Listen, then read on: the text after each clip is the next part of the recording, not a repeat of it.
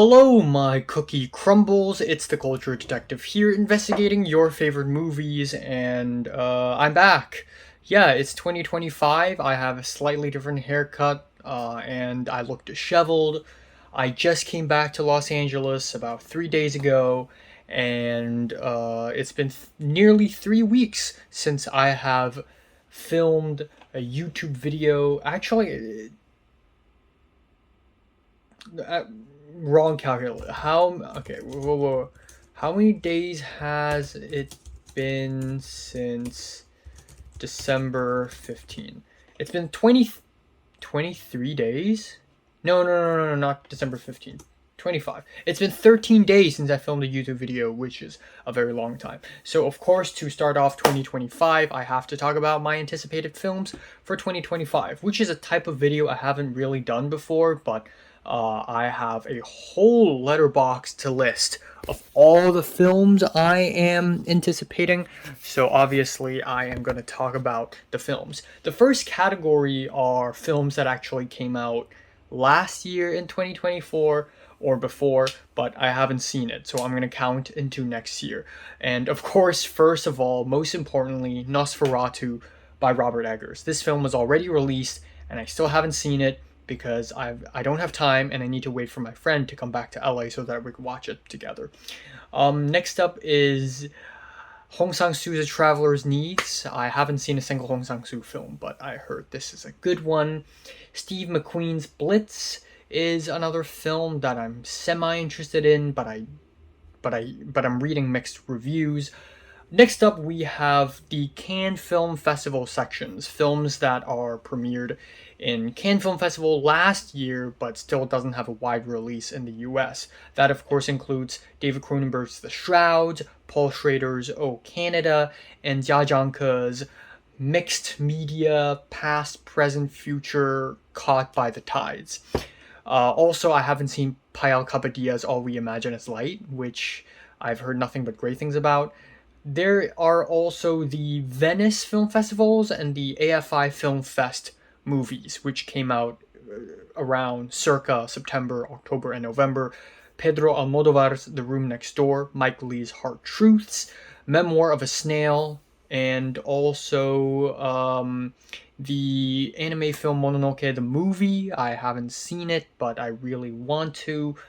Also, other big epic international films like The Count of Monte Cristo, a remake of a remake of a remake, 3-hour French epic, and also this Thai film that interested me called The Paradise of Thorns.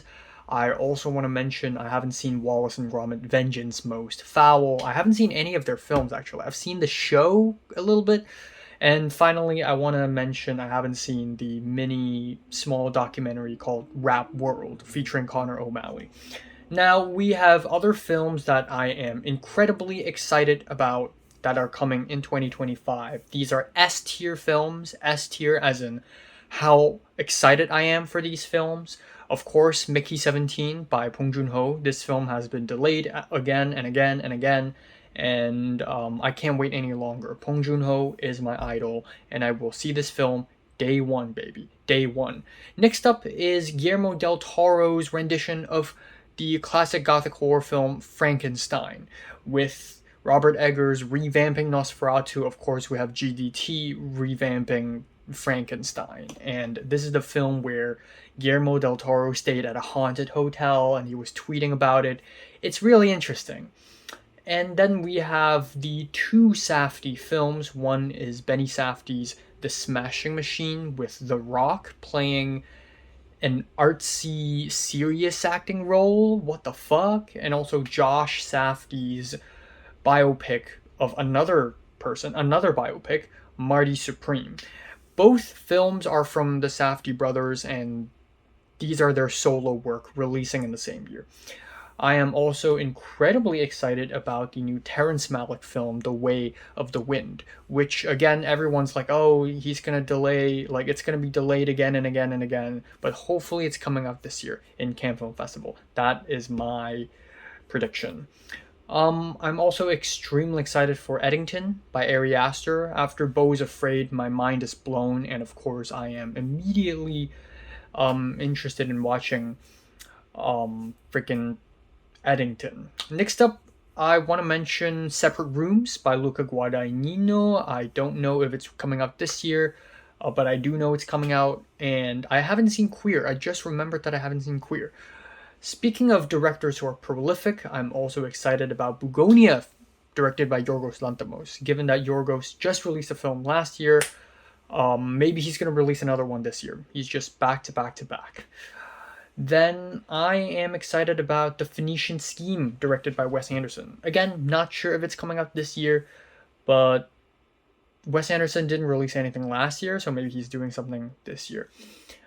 Jim Jarmusch has a new film coming, Father, Mother, Sister, Brother, which has been speculated for a while already. I haven't seen a single Jim Jarmusch film. I'm ashamed to admit. So I should probably catch up with his filmography first. Next up is a pretty low-budget horror called Presence by Steven Soderbergh. This film has been released for quite a while, but not publicly, so I guess I need to check that one out as well. And I am extremely excited for Resurrection by Bi Gan. This really artsy, science-y Chinese filmmaker, and Resurrection features two huge stars, Jackson Yi and Taiwan's biggest actress, Shu Qi. And together, this is like a weird stalker-esque sci-fi film, which basically describes all of Bi Gan's films. So I'm real excited about this one. I hope it comes out in Cannes. And if I get to go to Cannes Film Festival this summer, I hope I get to see its premiere. I am excited for Darren Aronofsky's new film, Caught Stealing. And I'm also excited for Ruben Östlund's new film, The Entertainment System is Down. And I'm also excited for Chainsaw Man's the movie Ree's arc, because of course. Now, there are also other films that I'm somewhat excited about, but I'm not too huge on it. And also, a lot of these films are speculated films. So Dune Messiah, Denis Villeneuve's Dune Messiah, this is not coming until maybe a couple years later. So it's definitely not coming in 2025, but it's still a film to look forward to. Pavel Pawlikowski has a new film, apparently, called The Island. Don't know anything about it. Steven Spielberg also apparently has a new film called Bullet. Otomo Katsuhiro, the guy behind Akira, has a new film called Orbital Era. Apparently. Not sure. Danny Boyle has a new film called Methuselah. I don't know anything about that as well. Edgar Wright apparently has a new film too, which makes a lot of sense because his last film was like 4 years ago. It's called The Chains, last I checked. Maybe it has a different name now. Maybe it has The Running Man. Stephen King's The Running Man. I'm excited. Next up we have... Oh, I'm super excited about this. Okay, Park Chan-wook's new film, I Can't Help It / The Axe. The first title is called The Axe because Park Chan-wook is adapting a novel called The Axe, but then later it's called It Can't Be Helped or I Can't Help It, and then the new English name is called No Other Choice. And I think it's pretty much confirmed that it's coming out this year, and hopefully in Cannes Film Festival. It stars Lee Poon-hoon,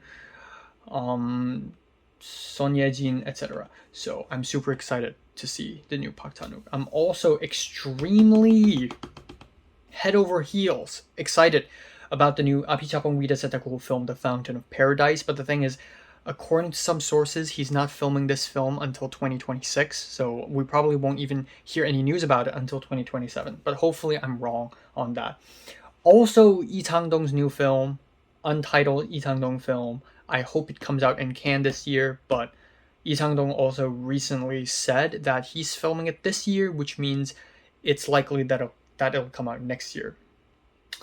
Celine Song has a new film called Materialists, and speaking of Korean cinema, we also have a new Na Hong-jin film called Hope.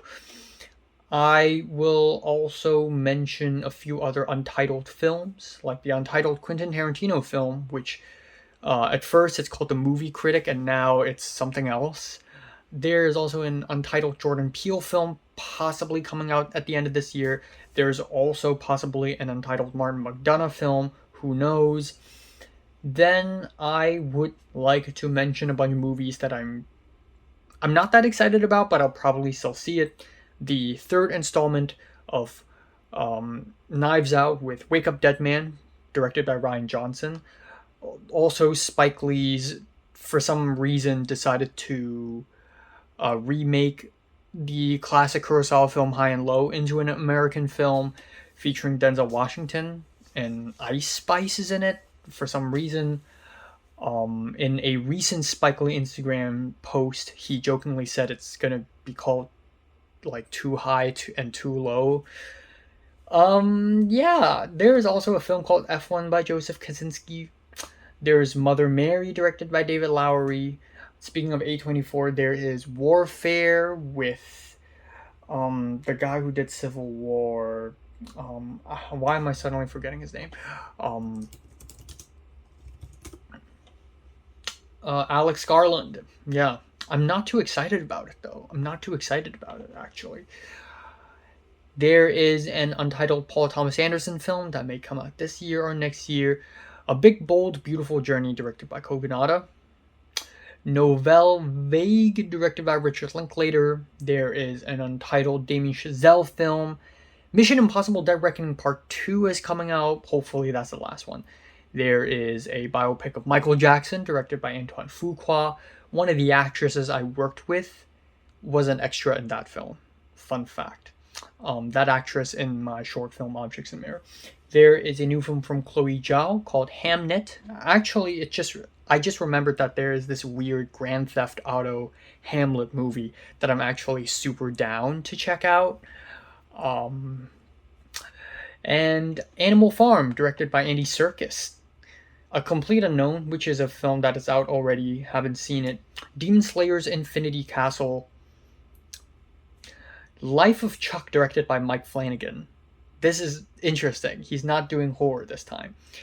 And I also just remembered that I haven't seen Harmony Korine's Baby Invasion because, like, come on. Literally the most punk filmmaker. Oh, also, Gaspar Noé is making a child film this year, apparently. Like, it was rumored first, and then he made an Instagram post about how he's actually going to do it. So it's going to be the most fucked up kids movie of cinematic history. So I'm looking forward to that. I really am. So yeah, these are the anticipated movies of 2025. What are yours? Comments below. Let me know. Subscribe if you want more. And thanks for watching.